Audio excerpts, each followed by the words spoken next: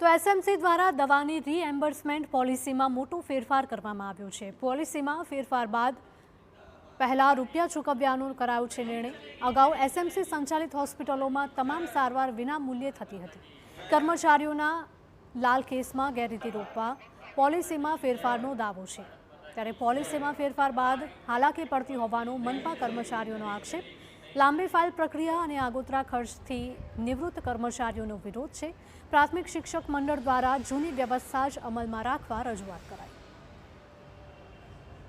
અત્યારે દવા રીએમ્બર્સમેન્ટ માટે મહાનગરપાલિકાએ જે પરિપત્ર કર્યો છે અને 1/5/2026 એનો અમલ કર્યો છે, એ બાબતે અમે કમિશનર સાહેબને રજૂઆત કરી કે આના પર પુનર્વિચારણા કરો અને જૂની પદ્ધતિ લાગુ કરો। કારણ કે સુરત મહાનગરપાલિકાના 30,000થી વધુ કર્મચારીઓ આના લીધે હેરાન થઈ રહ્યા છે।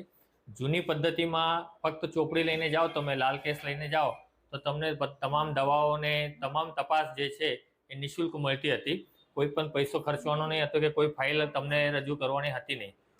આ જે નવી પોલિસી આવેલી હતી એમાં મારા મમ્મી પપ્પા ખાસ કરીને જે સિનિયર સિટીઝન છે અમારા ઘરના, એ લોકો અને મારું પૂરું હેરાન થાય છે, કેમ કે એ બંનેને બીપી શુગરનો પ્રોબ્લેમ છે અને મહિનામાં ઓછામાં ઓછા 15,000થી 20,000ની દવા આવે છે।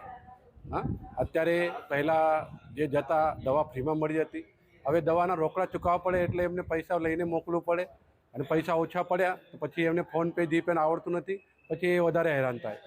જૂની પદ્ધતિમાં આવું કંઈ હતું નહીં। સીધા જઈએ મેડિકલ કોલેજમાંથી બધી સુવિધાઓ નિઃશુલ્ક મળતી હતી, તેમાં કોઈ તકલીફ પડતી નહોતી। તો એ નિવૃત્ત કર્મચારીઓ માટે તો ખાસ કરીને એ પદ્ધતિ ખૂબ જ જરૂરી છે અને એને એ અમલમાં લાવવી જોઈએ।